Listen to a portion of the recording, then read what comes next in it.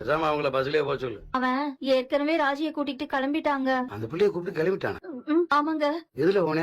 அது அது அது அது கார்ல தாங்க. தேவையில்லாத வேலை இது. அம்மா அவன் அப்பா வர வரைக்கும் இருக்க சொல்லிருக்கலாம்லமா. ஆமா மாமா, இருக்கணும் தான் கதிர் நினைச்சான். ஆனா கஸ்டமர் அம்புட்டு நேரம் வெயிட் பண்ண மாட்டாங்கல்ல, அதனால கிளம்பிட்டேன். சமாளிக்காதப்பா மீனா. கண்டுபிடிச்சிட்டாரா? ஏன் டிவி பிரியா? நான் என்ன சொன்னாலும் கேட்கவே கூடாதுன்ற முடிவுல இருக்கானா? அதுவும் சரிதான். இப்ப பெரிய ஆள் ஆயிட்டாருல, 10 குறைக்க சொந்தமா வேற சம்பாதிக்காரு. சரி, நான் சொன்னதை கேட்க வேணாம். ஊரு கிளம்பி போறேன் அந்த பிள்ளைய கூப்பிட்டு ஒரு வார்த்தை இருந்து என்கிட்ட சொல்லிட்டு போனா ஏன் அதை கூட பண்ண மாட்டானோ?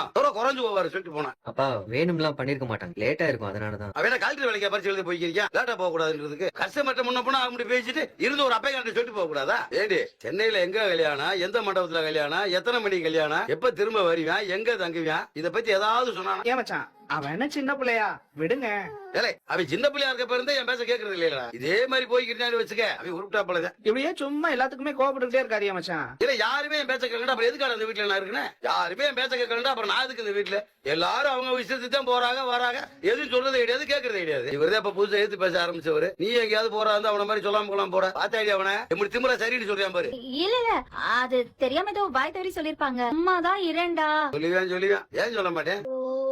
சரவணா, அப்பா நீ எப்படி நீங்க ஒரு கோடு போட்டு இதை தாண்டாதன்னு சொன்னா தாண்ட மாட்டேன். கோடே போடாம இங்க ஒரு கோடு இருக்குன்னு சொன்னா கூட